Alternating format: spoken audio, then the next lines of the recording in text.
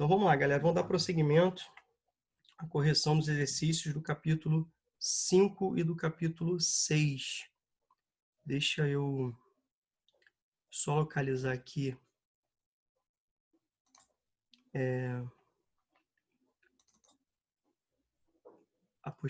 o livro de vocês aqui, o materialzinho que eu preparei. Gente, tá todo mundo visualizando minha tela? Dá uma falada comigo aí. Show? Sim. Então, na Show. última aula, né, na última aula de correção de exercícios, nós fizemos o número 1, o número 2 e o número 3. Tá legal? Agora vamos partir então para 4. Vamos partir para a questão número 4. Tá legal? Vamos aqui, ó. Questão número 4. Qual era a nacionalidade da maioria dos refugiados mundiais em 2017? E na sequência nós temos uma segunda pergunta. Por que razão se tornaram refugiados? Aí tem que dominar o conceito de refugiado. Qual que é o mesmo conceito de refugiado que eu esqueci? É uma migração voluntária? Imigrantes. Não, uma migração. Refugiados, eles se sentem obrigados a migrar. Os refugiados, eles não se apresentam, né, como um processo migratório espontâneo, né? Os refugiados, eles se veem obrigados a abandonar seu país, seu local de origem, né? Por vivenciar situações de risco de morte. Tá legal? Como, por exemplo, guerras, perseguições, conflitos étnicos, conflitos políticos, conflitos ideológicos, maus tratos, assim, condições socioeconômicas muito ruins, né, onde você não tem alimentação, trabalho, condições de vida, um processo de estruturação muito forte, né, e até mesmo refugiados naturais, né, áreas que foram atingidas por terremotos, por vulcões, né, por fortes deslizamentos, tá bom? Por enchentes, beleza, não? Certo? Só que a questão, ela está se referindo a um determinado grupo de refugiados, né? Uma determinada nacionalidade de refugiados. Tá legal? O que vocês marcaram aí como gabarito? Aquela folhinha que eu fiz para vocês, aquele material, folhinha não, aquele materialzinho que eu fiz para vocês, tem mais de uma folha, ajuda bastante, né? Qual era o grupo, né, a nacionalidade que se destacava, segundo dados da ONU? Venezuela? Não sei. Eu coloquei vários. Não, não pode colocar vários, não. Ó, era só um grupo? Quem falou? Estelinha? Estelinha? Lê aqui para mim, ó. Lê aqui no português, ó. Qual a? Artigo definido. Perfeita observação, Estela. Obrigado, que eu não tinha nem chamado a atenção para vocês. Eu tinha tirado do livro, então eu peguei vários. Tipo, eu coloquei todos que estavam lá. Entendi, ó. No livro estava no Venezuela. Beleza? Qual era a nacionalidade? Artigo definido. Então, por exemplo, se você tivesse assim... Eram sírios? Isso aí, Estelinha. No ano de 2017, nós tivemos, né, assim, várias nacionalidades se destacavam em termos de refugiados. Então, destaque uma destas, beleza. Aí vocês podem colocar outras. Nesse caso aí, está pedindo a que mais, né, possuía, né, a maior parte dos refugiados. Então, nós temos aqui os sírios, tá legal? Os sírios, eles se apresentam como a nacionalidade, né, dentro desse conjunto total de refugiados mundiais no ano 2017. Só que a questão é pedir motivo. Então, a Síria, desde 2011, ela está por um processo de ebulição muito forte, né? Um conflito, uma guerra civil, fruto de um movimento, né? Tem uma relação direta com o movimento iniciado na Tunísia no final dos anos de 2010, que rapidamente avançou para outros estados africanos, o Egito, depois a Líbia, depois passou para outros estados, que levaram, inclusive, a troca de governantes, a substituição de governantes, governos, né, muitas das vezes, que estavam lá por critérios não democráticos, já estavam lá há décadas, com sucessões familiares. A esse movimento ficou conhecido como Primavera Árabe. Tá legal? Certo? Árabe porque pega países, né, não da Península Arábica, mas pegam países de língua, de cultura árabe. Um dos primeiros critérios para definir a cultura de um povo é a língua. Tá legal? Então vocês vão lembrar das aulas de história, o processo de expansão do Islã a partir do século VI, que vai incorporar, inclusive, territórios do norte da África. Tá legal? Certo? Primavera no sentido, quando a gente fala de primavera, não é porque foi na estação do ano, até porque eu estou falando que foi na Tunísia em dezembro. Tunísia, hemisfério norte, em dezembro é inverno, né? Não tem a ver com a estação do ano do início desse movimento. Quando a gente fala de primavera, a gente está se referindo a quê? Quem lembra lá da folhinha? Nós tivemos vários acontecimentos históricos, né, que receberam o nome de primavera. Primavera dos povos, primavera de Praga. Primavera tem a ver com lutas por liberdade. Ó, primavera vem depois do inverno, não é isso ou não? A estação do quê? Me ajuda? Das flores, ó, da germinação. Não é isso ou não? O calor volta. Concorda ou não comigo? Certo? Permite-se, né? A vicissitude em aspectos plenos. Tá legal? Então são movimentos que lutavam por democracia, por liberdade, né, por direitos, por melhores condições de vida. Tá legal? Certo? Só que esse movimento, ele extrapola o continente africano, né, e se expande também para porções do Oriente Médio, chegando à Síria. A Síria é governada por um governante chamado Bashar al-Assad, desde o ano 2000, onde existem eleições, mas o mundo ocidental critica-se que essas eleições não representem, né, a estrutura democrática. O que está em jogo é justamente o tabuleiro geopolítico mundial. Então você tem a Síria e o Irã como as principais pedras no sapato dos Estados Unidos no Oriente Médio, uma região de extrema importância geopolítica, uma parte do Oriente Médio é riquíssima em petróleo, né? O Oriente Médio fica naquele entroncamento ali, aquela porção do continente asiático, no entroncamento entre Europa e África, então território histórico de passagem, de importância, né? De comércio, então uma área extremamente importante, tá bom? Então a Síria e o Irã se apresentam como os não aliados dos Estados Unidos, né, do Ocidente naquele contexto. Então você tinha um interesse muito forte para que se derrubasse o governo de Bashar al-Assad. Então os rebeldes que lutaram contra o governo de Bashar al-Assad, que lutam contra o governo de Bashar al-Assad, têm apoio ocidental, em alguns momentos declarados, em outros momentos mais por baixo dos panos, e, por sua vez, o governo de Bashar al-Assad é aliado, né, da Rússia. Então nós temos essa quebra de força, lembrando sempre que Rússia e Estados Unidos fazem parte do Conselho de Segurança da ONU, têm direito a veto, né? Então gera um imbróglio muito forte ali. E no ano de 2014, principalmente a partir do ano de 2014, nós temos o avanço do Estado Islâmico, beleza?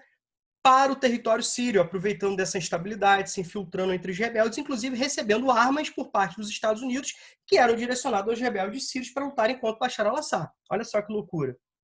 Tá bom? Então, o Estado Islâmico, que tem assim a sua origem, né, em vários focos de resistência a partir da invasão dos Estados Unidos no Iraque, que iniciou em 2003. Esses grupos eles foram sendo unificados, foram se unificando, foram se integrando, foram, né, juntando forças. A princípio, um braço da Al-Qaeda, né, foi estabelecido um braço da Al-Qaeda, que a Al-Qaeda era um dos grupos, né, formadores do Estado Islâmico. Lembre-se que a Al-Qaeda foi, né, considerada por parte do mundo ocidental como a responsável pelos atentados aos Estados Unidos no 11 de setembro. Beleza? Que era liderada por um saudita chamado Osama Bin Laden, que foi assassinado pelos Estados Unidos, né, por tropas especiais dos Estados Unidos, mas que rompe com a Al-Qaeda, o Estado Islâmico, né, rompe, chamava de Estado Islâmico do Iraque e do Levante, né, ISIS, e a sigla em inglês. Estado, né, Estado Islâmico do Iraque e do Levante, ISIS. Ele rompe com a Al-Qaeda, tornou-se um grupo independente, inclusive rival, né? Deixou de ser apenas um braço, né, da Al-Qaeda. E em 2014 ele domina territórios muito fortes, né, territórios muito importantes, muito extensos no norte do Iraque, e também porções da Síria, chegando a dominar, né, a segunda maior cidade iraquiana, que é Mosul, riquíssima em petróleo, né? A maior cidade é Bagdá, que é a capital, e também dominar Alepo, né? Uma das cidades também extremamente importantes, aí, inclusive históricas, na Síria. Então, dominando grande parte do território iraquiano e sírio, estabelecendo ali o Estado Islâmico, onde se valia, né, interpretações religiosas fundamentalistas, tá certo? Onde o grande califa, né, aquele resgate histórico que vocês também estudaram em história, o chefe religioso militar, que auto-intitulou califa, né, dos muçulmanos, é um cara chamado Abu Bakr al-Baghdadi. Tá legal? Então isso aumenta ainda mais as tensões na Síria. Então olha que tabuleiro louco na Síria. Você tem o governo de Bashar al-Assad, que resiste à ofensiva ocidental, resiste aos rebeldes apoiados pelo Ocidente, pelos Estados Unidos e seus aliados, e também luta contra o Estado Islâmico. Você tem os Estados Unidos, que apoiam os rebeldes, lutam contra o governo de Bashar al-Assad e luta contra o Estado Islâmico. Você tem o Estado Islâmico, que luta contra o governo de Bashar al-Assad, luta contra o rebelde, luta contra os aliados dos Estados Unidos. E você tem a Rússia, que luta contra, né, apoia o governo de Bashar al-Assad na luta contra os rebeldes e luta contra o Estado Islâmico. Então, olha que tabuleiro geopolítico extremamente complicado. O resultado disso, refugiados, né? Estruturação produtiva, desorganização econômica, medo de perseguições, até porque as práticas do Estado Islâmico também, né, chegam à barbárie, colocar fogo, enjaular, queimar, cortar a cabeça, tá legal? É um grupo, né, sunita, de orientação sunita. Rômulo, eles representam todos os islâmicos do mundo? Óbvio que não, claro que não, né? As autoridades islâmicas sentam a porrada na prática do Estado Islâmico. Não tem religião que pregue a morte, não existe isso, né? Existem deturpações de todas as religiões, existem extremismos de todas as religiões, todos os dogmas religiosos também. Todos os dogmas e religiões têm os extremistas, tá certo? Não tem uma que é melhor que a outra, nenhuma religião prega, né, matar em nome de nenhuma, né? O que existe são interpretações, né, extremistas sobre isso, tá bom? A gente pode encontrar isso na Síria e em qualquer outra parte do mundo, tá bom? Beleza? Tá claro aqui para vocês? Então você tem o quê? Perseguições políticas, perseguições religiosas, perseguições ideológicas na Síria, você tem uma guerra civil, né, com tiro, porrada e bomba, com o direito de interferência externa. Então isso gera, né, uma situação de caos e de necessidade de população refugiar para garantir a sua vida. Alguma dúvida aí na 4? Não? Vamos então a 5, galera, eu vou pular, que vai ficar mais fácil a partir das aulas de semana que vem. Tá legal? Beleza? Então a gente vai para 6. Tá legal? Vamos fazer a 6 aqui, vamos deixar a 5. Tá legal? A 6 está aqui, ó. Por que a população mundial está afirmando, tá? Não está distribuída de forma uniforme em todo o globo. Lembra do conceito de país populoso, não lembra? País populoso tem a ver com população absoluta. Aqui está falando sobre distribuição da população do globo. Qual outro conceito importante?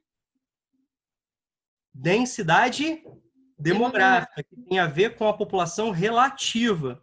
Então, nós temos hoje no mundo 7,7 bilhões de indivíduos, de habitantes, segundo dados mais próximos aí da atualidade, feitos pela ONU, né, indicados pela ONU, tá bom? E esses 7,7 bilhões não estão distribuídos de forma né, equilibrada na superfície terrestre, tá bom? E a questão está perguntando para você o seguinte, ela não está perguntando se está ou não está, ela está afirmando, ela quer saber por quê, tá? E para isso você precisa, de fato, né? Você precisa, de fato, identificar que existem fatores que explicam essa péssima distribuição. Então, nós temos fatores naturais, nós temos fatores históricos e fatores econômicos.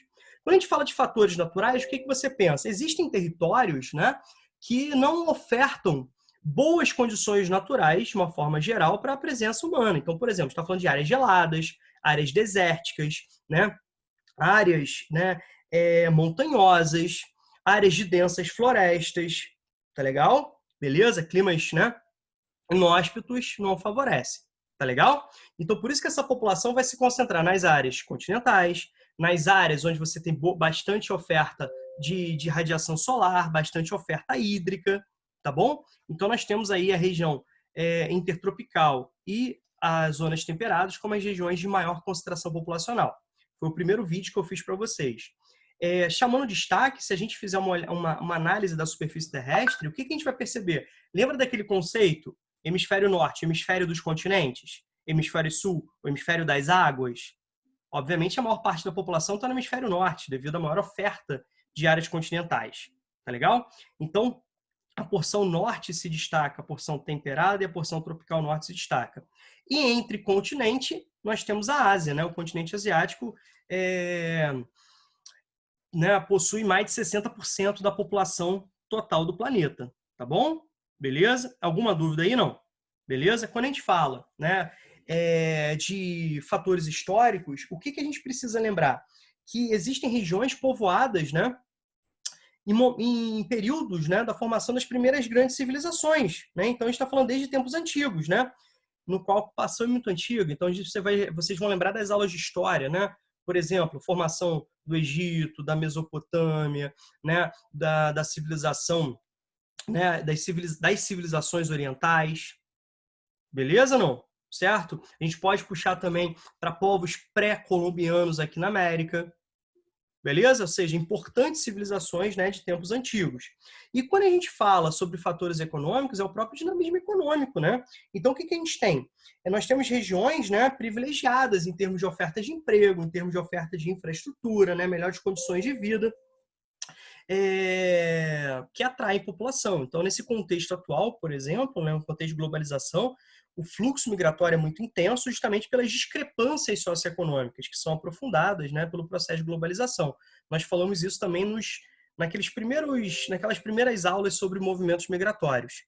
Gente, está claro para vocês? Certo? A 6 aí? Gente, a 7 nós vamos pular também, porque a 7 tem a ver com também matérias que a gente vai ver terça-feira. Tá legal? Então, vou passar para 8 aqui. Já vou liberar vocês, tá bom?